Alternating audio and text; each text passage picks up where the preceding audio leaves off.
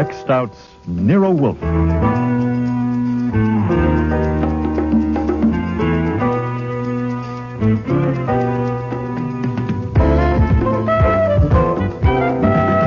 Starring Mavor Moore as Nero Wolfe and Don Francks as Archie Goodwin.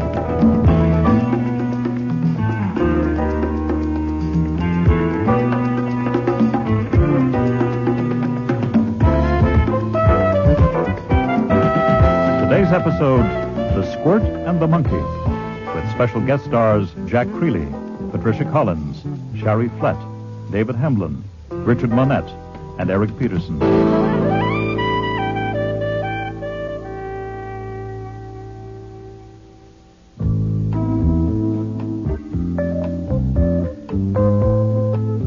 I was doing two things at once.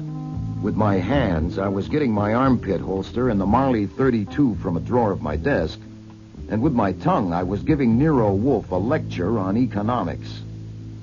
The most you can hope to soak our client is $500. Deduct the overhead and expenses, that leaves $300. Take off 85% for income tax, and that leaves you with $45 clear for the wear and tear on your brain and my legs, not to mention the risk. Risk of what? Complications. Playing games with a gun is sappy. Mr. Coven is sappy. And I resent my gun being used as a prop in his sappy schemes, not to mention me. Foy! It's a thoroughly conventional proceeding. Huh. Mr. Coven has engaged us to find who stole his gun. You're merely out of humor because you don't like the cartoon strip he draws. Dazzle Dan. For God's sake. Perhaps you prefer Betty Boop or Blondie. Well, get you. I look at the comics occasionally just to be cultured. It wouldn't hurt any if you did the same.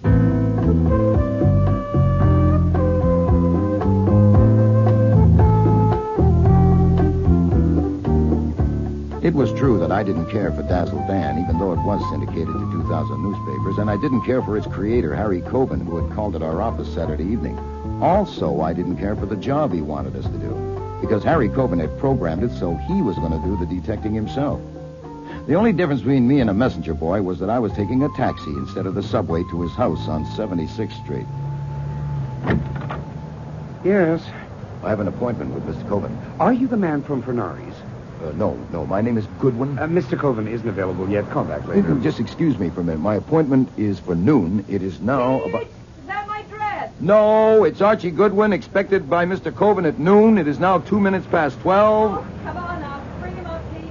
Interruptions, shouting, noisiest goddamn place. Come on, then, up this way. Thank you. When you have an appointment with Sir Harry, always at an hour. Dearest Pete, you are going to stop calling my husband Sir Harry. You're wrong. It's a plan. I haven't got the guts to quit churning out this crap and starve for a while, so I call him Sir Harry to make you sore, working myself up to calling him something that will make him sore. And eventually I'll come to a boil and figure out a way to make Adrian Getz sore, and then I'll be fired, and I can be an artist again instead of doodling out Dazzle Dan. It's a plan. There's no need to bore our guest with your plan. Hello, Mr. Goodwin. Good afternoon. There's every need. I'm more apt to go through with it if I announce it in front of a witness. You're the witness, Goodwin. My name's Jordan. Peter, darling, Hello, you're Mr. acting like a brat, and you're too old to be a brat. Why not grow up? I look on you as a mother. Peter! Now, excuse me, but I am not a professional witness. I came to see Mr. Coven at his request. Shall I go hunt for him? Good morning, Mrs. Coven. Am I too early? Good morning, Byron. Yes, it's too early. This is Mr. Hildebrand, Mr. Goodwin. Mr. Pete Hildebrand. left the workroom, so I thought it must be time. Oh, are you unable to work unless I'm there? I give you inspiration. Is that it? What you give me, Pete, isn't inspiration. It's a headache. Then why don't you take a pill? You are a royal pain. It was all very informal and homey. I'd had enough of the three people in that room even before the monkey in the cage in a corner decided to join the fun. Also, the room was like an oven. So I walked to the far side of the room and opened a window. Who opened that window? I did. Well, please shut it at once. Rookaloo will be dead in an hour. Certainly. And now that I have your attention, finally, Rookaloo's coughing. Are you all right, baby? Listen to him. Pneumonia already. That's an idea. That's what I'll do when I work up to making Getz sore. You Open must a be window. Archie Goodwin. I'm Pat Lowell, Mr. Coven's manager. Hello. I was going to phone you this morning to warn you that Mr. Coven is never on time for an appointment, but he arranged this himself, so I didn't. Well, never again pass up an excuse for phoning me. I won't. You're early, anyway. He told us the conference would be at 12:30. I was told to come at 12. Oh? To talk with him first? I guess so. Well, I handle all his business. Everything from endorsements of cough drops to putting Dazzle Dan on scooters, and this is the first time he's ever done this. Done what? Called someone in without consulting me. I understand it's something to do with Dazzle Dan starting a detective agency. We'd better wait and let Mr. Coven tell her. All right? As I understand it, I'm only here as a technical advisor. Of course, you would handle the business end, and that would mean you and I would have to have lots of talks. Oh, here's Mr. Coven now with Mr. Getz. Good morning, my little dazzlers. Good morning, Harry. Mr. Goodwin, you know Harry, Yes, but hello, this Harry. is Adrian Getz. Mr. Getz, it seems cool in here. I opened a window. With Rucolo in the room? Good heavens. So you got here, Goodwin. Don't mind the Squirt and his damn monkey. Loves that damn monkey. I call this the steam room. How is he, Squirt? Okay? I think so, Harry. I hope so. I hope so, too, or God help Goodwin. Byron has 7:28 come. No, I phoned Funari, and he said it would be right over. Late again. We may have to change. When it comes, do a revise on the third frame, where Dan says, not tonight, my dear, make it not today, my dear. Got it? But we discussed that. I yes. know, but we changed it. We'll change 7:29 to fit if you finish 7:33. No, but it's only a matter Then what are of... you doing up here? Why, Goodwin came, and you said you wanted us... I'll let you know when we're ready, sometime after lunch. Show me the revise on 7:28. How is everybody? Blooming, see you all later. Come along, Goodman. We'll go to my study.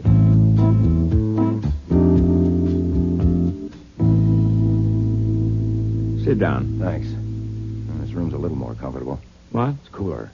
Oh, yeah. I'm eating my breakfast now. You had yours. Huh? Yeah, oh, yeah. Is this where it happened? What? The theft. Oh, yeah. Did you bring the gun? Yeah. Let me see it. It's the one we showed you at the office. Marley 32. It's just like your stolen one. Is this the desk where you kept it? In the left-hand drawer in the back. Loaded? Yes, I told you so. And so you did. And it's been there in that drawer for 2 years. But last Friday when I looked, it was gone. And you think it was taken by one of the 5 people whose names you gave? I think it may have been. You didn't put it like that, but skip it. You gave us the 5 names. Your wife, Marcel, your manager, Pat Lowell, the 2 artists who draw Dazzle Dan, Pete Jordan, and Byron Hildebrand, and Adrian Getz out there, the one you call Squirt. Yes. Well, then they're all here, and we can go ahead and get on with it. As I understand it, I am to put my gun there in the drawer where yours was, and then you get them up here for a conference. Right. I ask you to show us how a detective searches a room to give us an idea of the picture potential. You better not start with the desk. Start maybe with the shelves back there. And when you come to do the desk, I'll push my chair back to be out of your way. And then I'll have them right in front of me. Then you open the drawer and take the gun out. I thought you were to do that. I know, that's what I said, but this is better because they'll be looking at the gun and you, and I'll be watching their faces.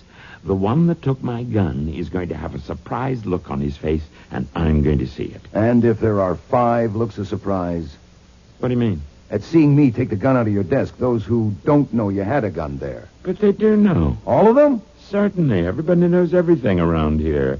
They thought I ought to get rid of it. Now I wish I had. You understand, Goodman, all there is to this. I just want to know where the damn thing is and who took it. I'll handle it myself from there. Yeah. Okay, the gun was here. Yes, the rear compartment. Like this. Yes. Okay, get him up here. Just a minute. What's the matter? I'm going to have to get my nerve up. I'm never much good until late afternoon. You called a conference for 12:30. I know I did. I do things like that. But I've got to dress. I'm still in my bathrobe. Don't try to rush me, understand? Now, look.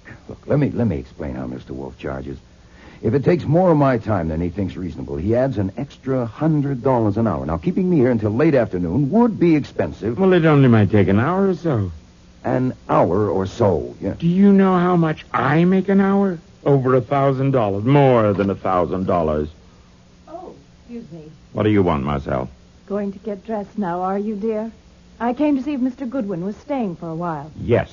I thought you might be, Mr. Goodwin. You ought to have something to eat. We don't do any cooking. We even have our breakfast sent in, but there are some sandwiches. Oh, well, I don't want to be rude, but are they in the room with the monkey? Oh, no. Well, wouldn't that be awful? Downstairs in the workroom. I'm sure you'll be much more comfortable there. As you see, there's smoked turkey, sturgeon, caviar, and that's hot corned beef on the warmer. Just help yourself. Thanks. Why doesn't someone turn the radios down? What? I said, why doesn't someone turn the 2 radios down? Or off? Oh, One's Byron's and the other's Pete's. They like different programs when they're working, so they have to go for volume. That's grand. Adrian, what are you doing? I'm trying to work here. What the hell are you doing? Why did you turn my radio off, Mr. Getz? That was uncivil, I know. It was only that I wanted to ask Mr. Goodwin something. Shoot. Did you know when you opened that window that cold drafts are dangerous for tropical monkeys? Sure. I was trying it out. That was thoughtless. You may turn your radios on again. Goodwin, God help you. Why, does he sting? Don't ask me why, but watch your step. I think he's a kobold. Oh, yeah? What's a kobold? A sort of goblin. Well, the muse calls. Want to see an artist create? Come and look. No, thanks, I think. What? What did you say? I said no thanks. I think I'll go and chat with the monkey. And I did go and talk with the monkey for a while. When the heat got to me, I went back to the workroom and watched the artist for a while. Nothing I saw changed my opinion of Dazzle Dan. But I had to admire the way they did him. Working from rough sketches, which all looked alike to me, they turned out the finished product in 3 colors so fast I could barely keep up. Then I sat down and concentrated on the experiment of listening to 2 radio stations at once for a while. When my brain started to curdle, I got out. A door toward the front of the house was standing open. I stepped inside when I saw Pat Lowell was there. Look, you listen a minute, Miss Lowell. We're here on a desert island, and for months you've been holding me at arm's length, and I'm desperate. It is not mere propinquity. In rags and tatters as you are, without makeup, I've come to look upon you. I'm busy. Go play with a coconut.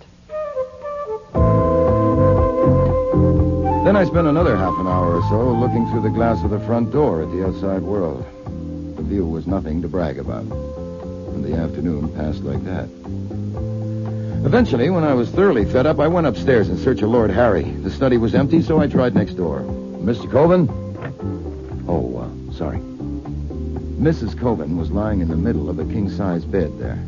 I needn't have apologized. She was sound asleep, so I quietly closed the door. In the room across the hall, Harry Coven was standing at the window with his back to me. Well, what do you want? It's going on 4 o'clock. I'll be going soon and taking my gun with me. I was standing at the window thinking. Oh, yeah? Any luck? Fame and fortune aren't all man needs for happiness, even with a loving wife. Marcelle is my third, you know, and she's wonderful.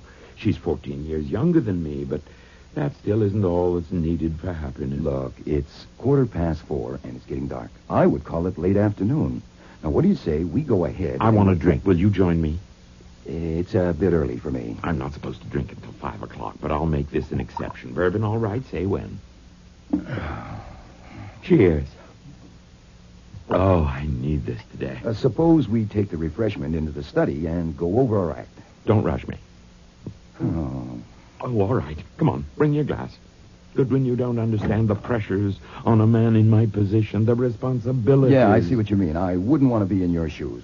Okay, then here we are. You sit at the desk there. You're right. I search the shelves back here, and then I come to the desk, and I open the drawer, and there's a gun, and you watch the expression on everyone's faces. Then I go and get... Wait a minute. What's the matter? We have found your gun. What? It's empty. Take a look. That's the gun you put in. It isn't. Mine was clean and bright. Is it yours? I don't know. It looks like it. How in the name of God... How do you think? Someone with hands took mine out and put yours in. It could have been you, wasn't it? Me? No. How could it have been me? I didn't even know where mine was. Yeah, you said you didn't.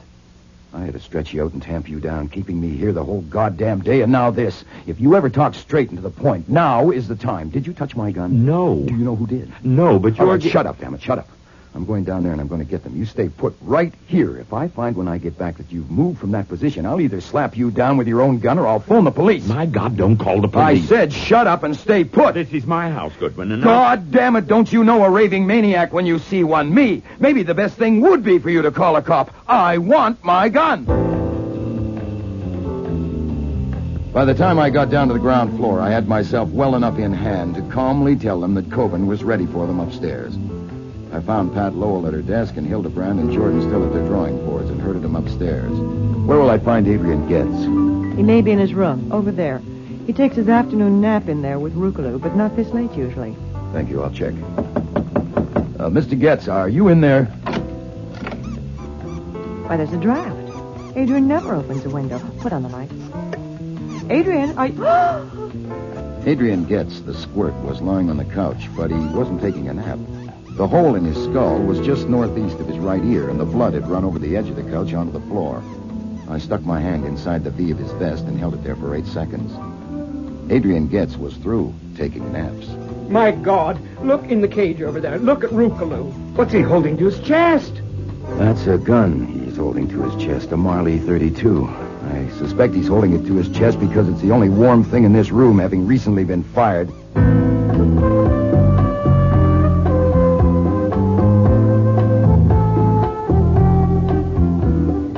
Over the years, I haven't told the cops more than a couple of dozen barefaced lies. Maybe not that many. Well, on the other hand, I can't recall any murder case where Wolfe and I have simply opened the bag and given them everything we had. Except one. And this was it. On the murder of Adrian Getz, I let Inspector Cramer have it all. And it worked just fine. You're a liar, Goodwin. Oh, sir. You got it exactly as it happened. Everything. You lied about that gun. If you don't want to get taken downtown to think it over, think now. Tell me what you came here for and what happened. Look, what do you mean, take me downtown? On your order? That's right. You've already questioned me for 2 hours. On a charge. What charge? Sullivan Act. Oh, we have to. You have no license for the gun we found. Ha, ha, ha, ha, ha, and ha. Okay, there, you got your laugh. It's a very fine gag. Ha! Bring in Coven, will you, Doll? Yes, sir. I've told you where and how I got that gun. You had the gun in your holster, and you have no license for it. Oh, I get it. You've been hoping for years to hang something on Nero Wolfe, and here's your chance to get at him through me. I want to know why you came here and what happened. I told... Oh, sit down, please, Mr. Coven. Mr. Coven, I told you that I would ask you to repeat your story in front of Goodwin, and you said you would? That's right. We won't need all the details. Just answer me briefly. When you called on Nero Wolfe last Saturday evening, what did you ask him to do? I told him I was going to have Dazzle Dan start a detective agency in a new series, and I needed information on how an agency was run. That's all you wanted from him? Information? Essentially, yeah. Did you say anything to Wolfe about your gun being taken from your desk? Well, certainly not. What? Why should I? Besides, it hasn't been taken. No, wait a minute. Shut up, Goodwin. What arrangement did you make with Wolfe, Mr. Coleman? Oh, he agreed to send Goodwin to my place today for a conference with my staff and me. And Goodwin came? Yes. The conference was for 12:30, but I had a little talk with Goodwin and asked him to wait. I wanted to think it over some more. I'm like that. I put things off. Was your talk with Goodwin about your gun being gone? Certainly not. Oh, I did mention the gun, actually. I told him I didn't have a license for it, and I asked him how to go about getting one. Did you show him the gun? Well, I pulled the drawer open and we glanced in at it, and he said he had one of the same make. Did you or Goodwin take your gun out of the drawer? No, absolutely not. Did he put his gun in the drawer? Absolutely not. When I took my gun from my holster to show it to you, did you... Nothing doing. You're listening. Just the high spots for now. Did you have another talk with Goodwin later? Yes, around 4 o'clock up there in my office. I told him I was ready for the conference, and he went to call the others. Then what happened? Well, after a while, he came back alone. And without saying anything, he came to the desk and took my gun from the drawer and put it under his coat. And then he went to the phone and called Mr. Nero Wolfe. When I heard him tell Wolfe that Adrian had been shot, I got up to go down there, and Goodwin jumped me from behind and knocked me out. When I came to, he was still talking to Wolfe. I don't know what he was telling him, and then he called the police. He wouldn't even... Hold it. That covers that. One more point. Do you know of any motive for Goodwin's wanting to murder Adrian Getz? No, I don't. Then if Getz was shot with Goodwin's gun, how do you account for it? Well, you're not obliged to account for it, but if you don't mind, just repeat what you told me. Well, I told you about the monkey. Goodwin opened a window, and that's enough to kill that kind of monkey, and Getz was very fond of it. I understand Goodwin likes to kid people. Of course, I don't know what happened, but if Goodwin went in there later when Getz was there and started to open the window, you can't tell. When Getz once got aroused, he's apt to do anything. He couldn't have hurt Goodwin any, but Goodwin might have taking out his gun just for a gag, and Getz tried to get it away, and it went off accidentally. That wouldn't be murder, would it? No, that would be only a regrettable accident. That's all for now, Mr. Coben. Take him out, Doyle, and bring in Hildebrand.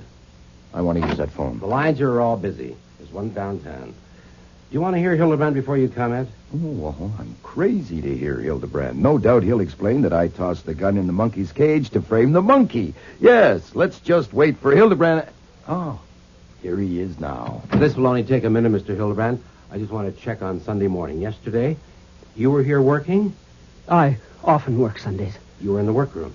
Yes, Mr. Getz was there, too, making some suggestions. I was doubtful about one of the suggestions and went upstairs to consult Mr. Coben. But Mrs. Coben was in the hall. You mean the big hall, one flight up? Yes. She said Mr. Coben wasn't up yet, but Miss Lowell was in the study waiting to see him, and I could wait, too, if I wanted. And you did that? Yes. While you were waiting, you had a conversation with Miss Lowell? Yes. We discussed various matters, and mention was made of the gun Mr. Coben kept in his desk drawer. I pulled the drawer open just to look at it, with no special purpose, just to look at it. Was the gun there in the drawer? Yes. Did you take it out? No. Neither did Miss Lowell. We didn't touch it. But you recognize it as the same gun? I can't say that I did, no. I can only say that it looked the same as before. So yesterday morning, in Miss Lowell's presence, you opened the drawer and saw the gun, which you took to be the gun you had seen there before. Is that correct? That's correct. Okay, that's all. You can go now. Got anything to say, Goodwin? Sorry, Inspector, I lost my voice. You're not funny, pal. You're never as funny as you think you are. This time you're not funny at all. I've got you. I'll be leaving here before long to join you downtown. And on my way, I'll stop in a Wolf's place for a talk. He won't climb up on this one. At the very least, I've got you on the Sullivan Act. Why fiddle around with the Sullivan Act? Make it a big one and really make a fool of yourself. I've warned you. Even a suspended sentence, you lose your license. Ah. You goddamn mule. Take him downtown, Doyle.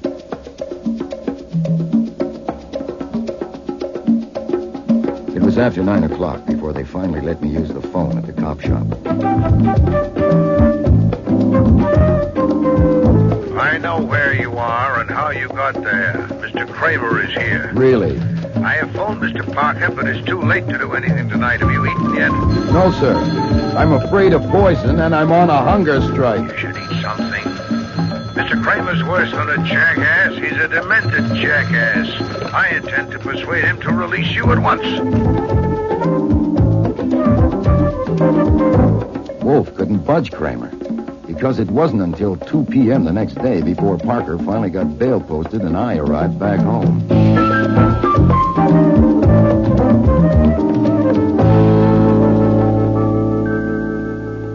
Are you all right? No, don't you smell me? What the devil is that smell? Disinfectant for the bloodhounds in case you escape. I'm going to go up and rinse off. Not yet. Have you eaten? Enough to hold me. Then we'll get started. Look, it'll help if we first get it settled about my leaving that room with my gun in there in the drawer. Shut up and sit down. I deny that you were in the slightest degree imprudent. Even if you were, this has transcended such petty considerations. Your notebook, take a letter. Yes, sir. Dear Mrs. Baumgarten, thank you very much for your letter of the 13th, requesting me to undertake an investigation for you, paragraph. I am sorry that I cannot be of service to you. I am compelled to decline because I've been informed by an official of the New York Police Department that my license to operate a private detective agency is about to be taken away from me. Sincerely yours. What happened in your talk with Cramer? Type that at once and send Fritz to mail it. If any requests for appointments come by telephone, refuse them, giving the reason and keeping a record. The reason given in the letter? Yes. Did Mr. Parker go back to his office? That's what he said. Shall I get him for you? No, you start typing. I'll call him. Send Mr. Coben a bill for recovery of his gun, $500. It should go today. What, no extras? No, considering all $500 flat. And I want you to call your friend at the Gazette. I want the last 3 years of the Dazzle Dan comic strip. Can you get them? I can try. Do so. Mr. Parker, how long will it take to enter a suit for damages and serve a summons on the defendant? Can you do it by noon tomorrow? Then do your best, please. Mr. Coben has destroyed by slander my means of livelihood. I wish to bring an action demanding payment by him of the sum of $1 million. Whoopee!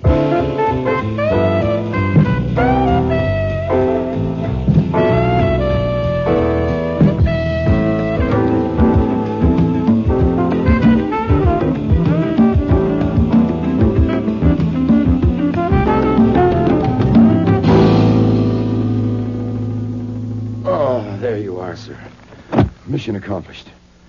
30 pounds of Dazzle Dan with the best wishes from the editor of the Gazette. Mr. Cohen was cooperative. He thought it was a bargain. Front page will carry a few paragraphs exclusive to the Gazette stating that Nero Wolfe is out of the detective business because Inspector Cramer is taking his license away. Satisfactory. Cramer will be real pleased. Also, Scuttlebutt. Lonnie Cohen and I discussed the murder from the point of view of the press, what the boys in the business are saying but can't print yet. You want it? I am a primate and therefore curious. Okay, first of all about Miss Lowell. Juicy. It is said that Getz learned that she was chiseling on royalties from makers of Dazzle Dan products and intended to hang it on her. That could have been big money. Any names or dates, evidence? No, nothing repeatable yet. But there are some facts about Hildebrand. Oh, yes? He's been drawing Dazzle Dan for 8 years. Now, last week he was told he could leave at the end of the month. Now, he might or might not get another job at his age. He's been talking about it openly and blaming Getz. What about Mr. Jordan? Anything on him? No, this I don't like. They say Jordan has painted some pictures, modern stuff, and twice he has tried to get a gallery to show them. Now, both times Getz has somehow kiboshed it. Now, whether because Getz was a born louse or whether he wanted to keep Jordan I'll do alive. my own speculating, thank you, Archie. Sir. Mr. Getz may not have liked the pictures. Mr. Coben. Oh, well, what better could you ask there? Getz ruled the roost. Plenty of evidence about that, so the only question is what he had on Coben. The house on 76th is registered in Getz's name.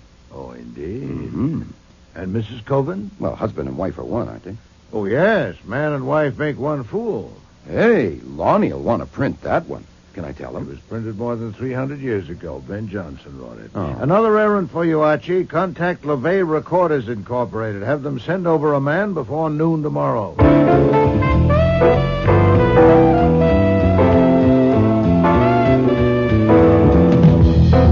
It wasn't till nearly dinner time that I got to take that much-needed shower.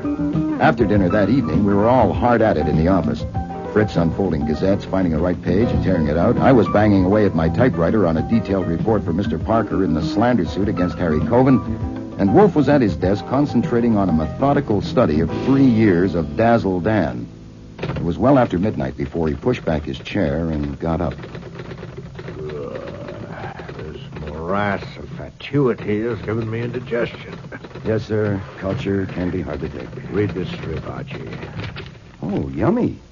The Sunday section in color. Well, boys and girls in the first picture, Dazzle is scooting along this country road on his motorcycle, passing a sign that says Peaches right from the tree. Aggie Ghoul and Haggie Cruel, proprietors. It isn't necessary to read aloud. Comics are meant to be read aloud. And in the second picture, Dan says, give me a dozen. Notice how the two women are dressed. The old one is wearing a potato sack, and I think that's supposed to be a mink coat on the young one. Look at frame 5. The old one is handing the young one a coin and saying, here's your 10%. Haggie, and Haggie says, thank you very much.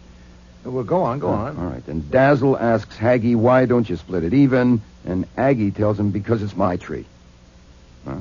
Well, am I supposed to comment? If it would help, yes. All right, if you mean the mink coat, Pat Lowell's may not be paid for. There have been 2 similar episodes, one each year with the same characters. Then it may be paid for. Is that all? Well, that's all for now. I'm not a brain, I'm a typist. I gotta finish this damn report.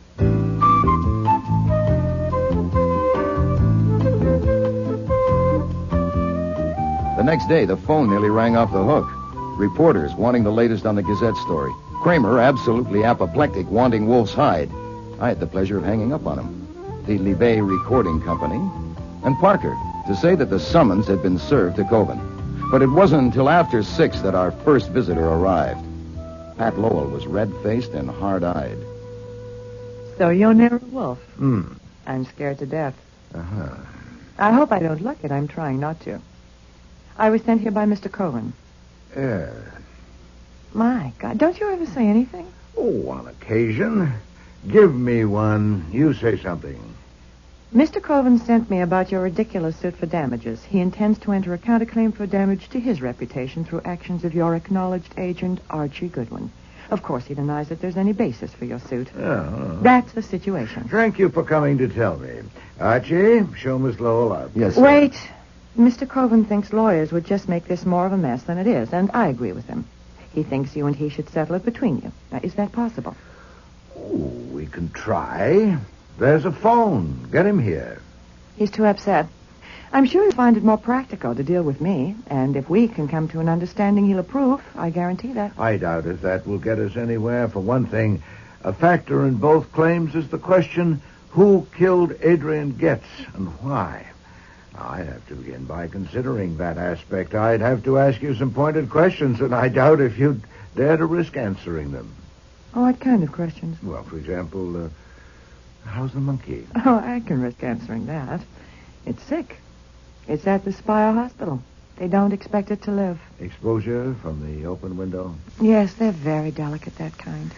Last August and September, a monkey had a prominent role in Dazzle Dan. At first, it was depicted maliciously on a conjecture by someone with a distaste for monkeys. Thereafter, it was drawn sympathetically. The change was abrupt and noticeable. Why? On instructions from Mr. Coven? Well, You hesitate. I was thinking back. Mr. Getz objected to the way the monkey was drawn, and Mr. Cohen had Mr. Jordan do it instead of Mr. Hildebrand. Mr. Jordan likes monkeys, Yes. but Mr. Hildebrand does not. Well, no, not that one anyway. Rookaloo bit him once. Ah. Isn't this pretty silly, Mr. Wolfe? Are you going on with this? Unless you walk out, yes. How did you feel about the monkey? I thought it was an awful nuisance, but it had its points as a diversion. But it was my fault it was there since I gave it to Mr. Getz. Oh, indeed. When? About a year ago. A friend returning from South America gave it to me, and I couldn't take care of it, so I gave it to him. Mr. Getz lived in the Coven house? Yes. Then actually, you were dumping it onto Mrs. Coven. Did she appreciate it? I know I should have considered that. I apologized to her, and she was nice about it. Did Mr. Coven like the monkey? He liked to tease it, but he didn't dislike it. He teased it just to annoy Mr. Getz. I am told that it's generally believed, though not published, that the conception of Dazzle Dan was originally supplied to Mr. Coven by Mr. Getz. That Mr. Getz was the continuing source of inspiration for the story and pictures, and that without him, Mr. Coven will be up a stump. What about that? Talk, just cheap talk. Good. I'm glad to hear you say so. If that belief could be validated, I admit I'd be up a stump myself. I don't understand. Well, to support my claim against Mr. Coven, I need to demonstrate that Mr. Goodwin did not kill Mr. Getz. If he didn't, then who did? One of you 5, huh? But all of you had a direct personal interest in the continued success of Dazzle Dan. And if Mr. Getz was responsible for the success, why kill him? So, you see, I'm not silly at all. We've been at it only a few minutes, and already you've helped me enormously. I didn't say Getz had nothing to do with the success of Dazzle Dan. After all, so do I. I didn't say he won't be a loss. Everyone knows he was Mr. Coven's oldest and closest friend. We were all quite aware that Mr. Coven relied on him. Please, Miss Lowell, please, don't spoil it for me. Don't give me a point and then try to take it back. Next, you'll be saying that Coven called Getz the Squirt to show his affection, as a man will call his dearest friend an old bastard, whereas I prefer to regard it as an inferiority complex, deeply resentful, showing its biceps. Or telling me that all of you, without exception, were inordinately fond of Mr. Getz and submissively grateful to him. Phooey! Look, Mr. Wolfe, I You don't should see what know this that has I had to a do- talk with Inspector Cramer Monday evening and learned from him some of the plain facts. Such as the pillow lying on the floor, scorched and pierced, showing it had been used to muffle the sound of the shot, and the failure of all of you to prove lack of opportunity. We aren't getting anywhere. This is pointless. You're quite right. We've gone as far as we can, you and I. It's time for you to call Mr. Coven and tell him so. Tell him to be here at 8:30 with Mrs. Coven, Mr. Jordan, and Mr. Hildebrand. Are you trying to be funny? I now know who killed Mr. Getz. I'll have to tell the police, of course, but first I want to settle the matter of my claim with Mr. Coven. And you can tell him that. Tell him that if I have to inform the police before I have a talk with him and the others, there'll be no compromise on my claim, and I'll collect it. This is a bluff. Then call it. I'm going to. I'm not such a sap. Archie, Inspector Cramer. Yes, sir. He'll be there by the time you are, Miss Lowell. Hello. Yeah, homicide? Inspector Cramer, please. Yeah, this is Hang a very... up, damn you. Hang up. Okay. Get Mr. Coven's number for her, Archie.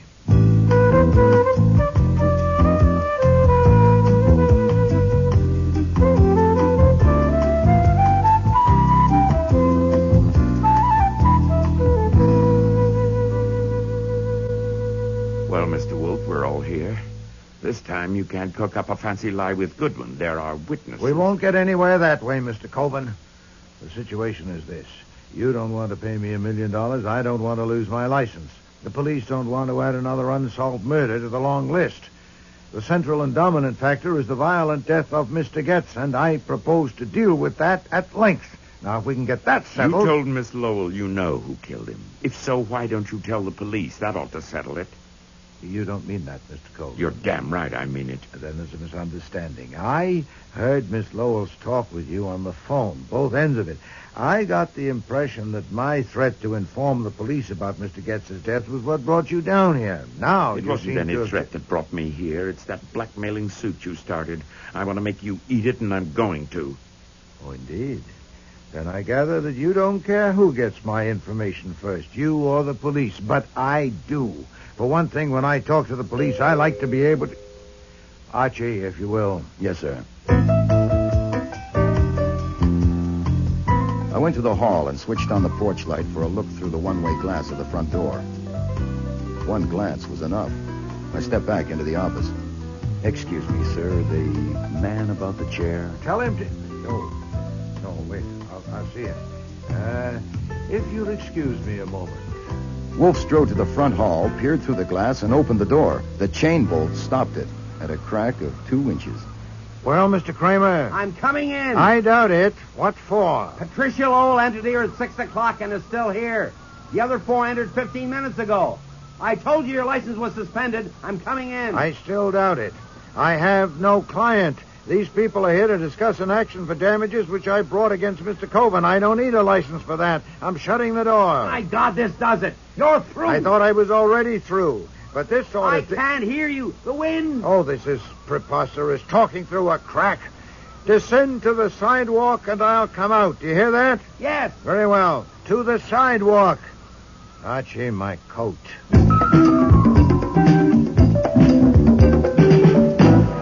I don't like fighting a blizzard, so let's get to the point.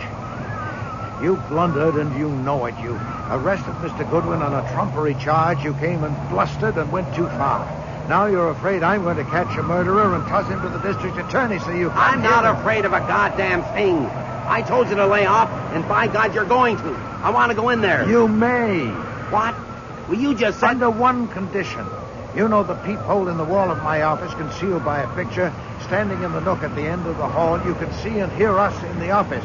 The condition is that you enter quietly, take your post in the nook, oversee us from there, and give me half an hour. What kind of elaborate... I'm after a murderer, and there's one chance in 5 I'd say that I'll get him. You said you were discussing an action for damages. We are. I'll get either the murderer or the damages. Now, I'm going in. If you come along, it must be under the condition as stated. Are you coming? Yes. You accept the condition? Yes. Come along, then.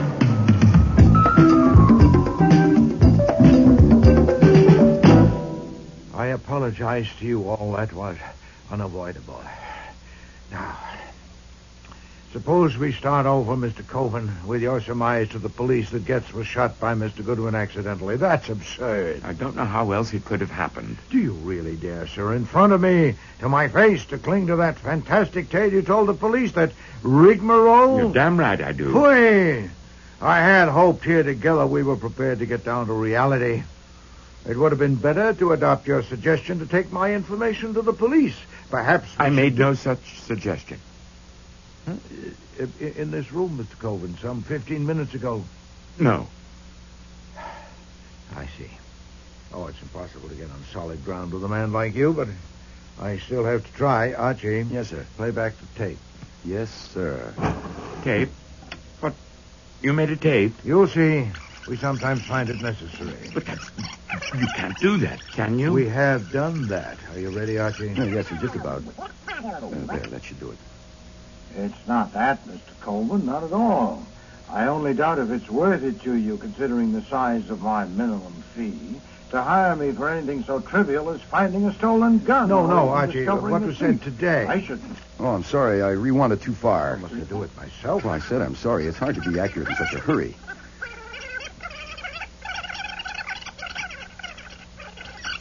There, that should be right. It's my license. The police don't want to add another Is that what you unsolved wanted? murder That to should the long do, yes. list. The central and dominant factor is the violent death of Mr. Getz, and I propose to deal with that at length. Now, if we can get that settled... You told Miss Lowell you know who killed him. If so, why don't you tell the police? That ought to settle it. You don't mean that, Mr. Colvin. You're damn right I mean it. Then there's a misunderstanding. That's enough, Archie. Now, Mr. Colvin, I'd call that a suggestion that I take my information to the police, wouldn't you? You recorded it when I came here the first time. You heard the tape? Well, then... Why haven't I given it to the police? On Monday evening, when Inspector Cramer came to see me, I still considered you as my client, and I didn't want to discomfort you until I heard what you had to say. Before Mr. Cramer left, he'd made himself so offensive that I was disinclined to tell him anything, ever. Now, you are no longer my client. What are you going to do? Well, to begin with, I'm going to unmask a murderer, so let's get at it, shall we? What do we know about him or her? We know a great deal. First, he took Colvin's gun from the drawer sometime previous to last Friday and kept it somewhere, because that gun was returned to the drawer when Goodwin's was removed shortly before Getz was killed. Wait a minute. Mr. Colvin's gun was in the drawer Sunday morning. Byron and I saw it. That's right. We'll come to that in a moment. Second, he knew the purpose of Colvin's visit to me and of Goodwin's errand at the Colvin house on Monday, and he knew the details of the procedure planned by Colvin and Goodwin. I don't know them even yet. Neither do I. None of us do. The innocent can afford ignorance. Enjoy it, if you have it. Third, his mental processes are devious but, defective. His deliberate plan to make it appear that Goodwin had killed Getz, while ingenious in some respects, was witless in others. Going to Colvin's office to exchange guns, proceeding to Getz's room, shooting him in the head, using a pillow to muffle the sound, all that was competently conceived and daringly executed, but then what? Wanting to make sure that the gun would be found on the spot, he slipped it into the monkey's cage. That was probably improvisation, but it was utterly brainless. Mr. Goodwin couldn't possibly be such a vapid fool. Fourth, he hated the monkey deeply and bitterly, either on its own account or because of its association with Getz. Having just killed a man and needing to leave the spot with all possible speed, he went and opened a window from only one conceivable motive. That took a peculiar, indeed an unexampled malevolence. Well, I admit it was effective. Miss Lowell tells me the monkey is dying. Fifth, he placed Colvin's gun in the drawer on Sunday morning, the day before the murder, and after it had been seen there, took it out again. Why? It could only have been that he'd already planned what was going to happen on Monday, and he was arranging in advance to discredit Mr. Goodwin's story. So he not only put the gun in the drawer Sunday morning, he also made sure its presence would be noted. You saw the gun in the drawer, Mr. Hildebrand? Yes, but I didn't put it there. Your claim to innocence has not been challenged. You went upstairs to consult Mr. Colvin. Yes. You encountered Mrs. Colvin one flight up. We're told by her that Mr. Colvin was still in bed. Yes. You went into the office, found Miss Lowell there. Yes, ma'am. And you pulled the drawer open, and both of you saw the gun there. That's right. I didn't go there to look in that drawer. Stop meeting accusations that haven't been made. It's a bad habit. Had you been upstairs earlier that morning? No. Had he, Miss Lowell? Not that I know of. Our looking into the drawer was only incidental. Had he, Mrs. Colvin? Had he what? Had Mr. Hildebrand been upstairs earlier that morning? Earlier than what? You met him in the second-floor hall and told him that your husband was still in bed and that Miss Lowell was up in the office. Now, had he been upstairs before that morning? I haven't the slightest idea. Then you don't say that he had been. I don't know a thing about it. There's nothing as safe as ignorance or as dangerous. Now, to complete the list of what we know about the murderer, sixth and last, his repugnance to Getz was so extreme that he even scorned the risk that by killing Getz he might be killing Dazzle Dan. How essential Getz was to Dazzle Dan... I make Dazzle Dan. Dazzle Dan is mine. I am Dazzle Dan. For God's sake, shut up, Harry. Well, I've identified the murderer for you by now, Shirley. You have not. Then I'll specify. But first let me say a word for the police, particularly Mr. Cramer. What flummoxed Mr. Cramer was Mr. Colvin's elaborate lie, apparently corroborated by Miss Lowell and Mr. Hildebrand. If he'd proceeded on the assumption that Mr. Goodwin and I were telling the truth, he would have found it simple. This should be a lesson to him. Now then, the murderer. Mr. Jordan. Yes? You're eliminated because you weren't there Sunday morning to place the gun in the drawer. Mr. Hildebrand. What? You were there Sunday morning, but you had made no earlier trip upstairs. Miss Lowell. Oh, for God's sakes, will you get to the point? You didn't know why Mr. Coven had called Mr. Goodwin there. Hold it. Inspector Cramer, what Damn is he... you, Wolf, you and your game. If you'd only given it to us. I can't give you what you won't take. You can have her now. You want more help? Mr. Coven was still in bed Sunday morning when two of them saw the gun on the drawer. More? Spend some time with Mr. Hildebrand. I'll stake my license against your badge that he'll remember that when he spoke with Mrs. Coven in the hall, she said something that caused him to open the drawer and look at the gun. Still more? Take the contents of her room to your laboratory. She must have hidden the gun among her intimate things, and you should find evidence. Take me home, Harry. Marcel. I said, take me home. Sit down, Marcy. I'll handle this. If you've got a record of what I said here Saturday, all right. I lied to the cops. So what? I didn't want... Be quiet, Harry. Get a lawyer and let him talk. Don't say anything. That's good advice, especially, Mr. Coven, since I haven't quite finished. It's a matter of record that Mr. Getz not only owned the house you live in, but also that he owned Dazzle Dan and permitted you to take only 10% of the proceeds. In one episode repeated annually, he buys peaches from two characters named Aggie Ghoul and Haggie Cruel. And Aggie Ghoul, saying that she owns the tree, gives Haggie Cruel 10% of the amount received and pockets the rest. It's a childish allegory. A.G. are the initials Adrian Getz. Haggie Cruel has the same initials as you, Mr. Coven. Now, it's not credible that that's coincidence, not repeated annually. Mr. Getz must have had a singularly contorted psyche, taking delight as he did in compelling you each year to publish that for a meager 10%. Not of the net. 10% of the gross. Over 400 a week. You here. worm.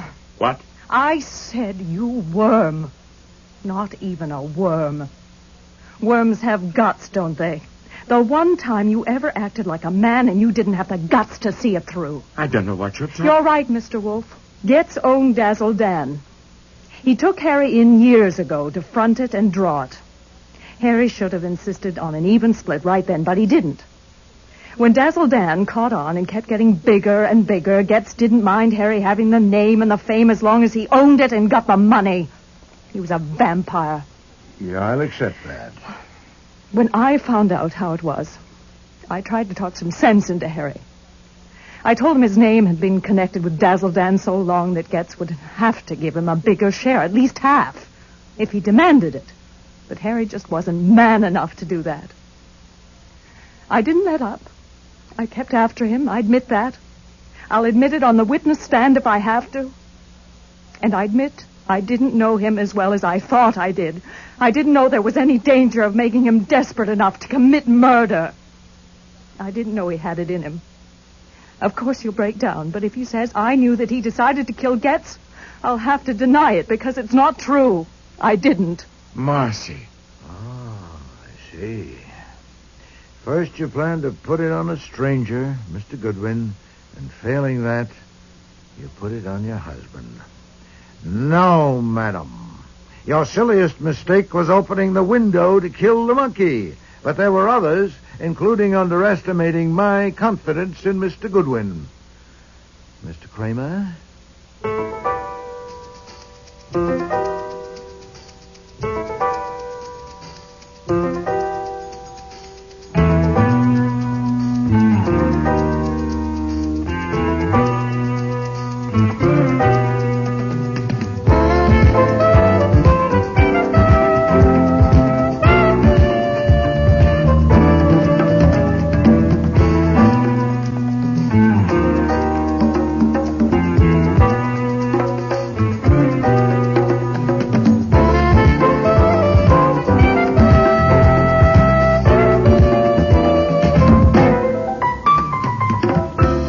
Starring in today's episode were Mavor Moore as Nero Wolfe, Don Francks as Archie Goodwin, and Cec Linder as Inspector Cramer.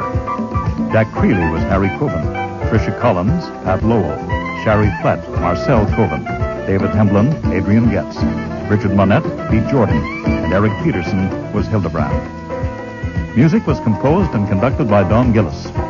Technical operations, John Jessup. Sound effects, Bill Robinson. Production assistant was Nancy McElveen, and casting consultant Ann Weldon Tate. The Squirt and the Monkey was written and produced in Toronto by Ron Hartmann.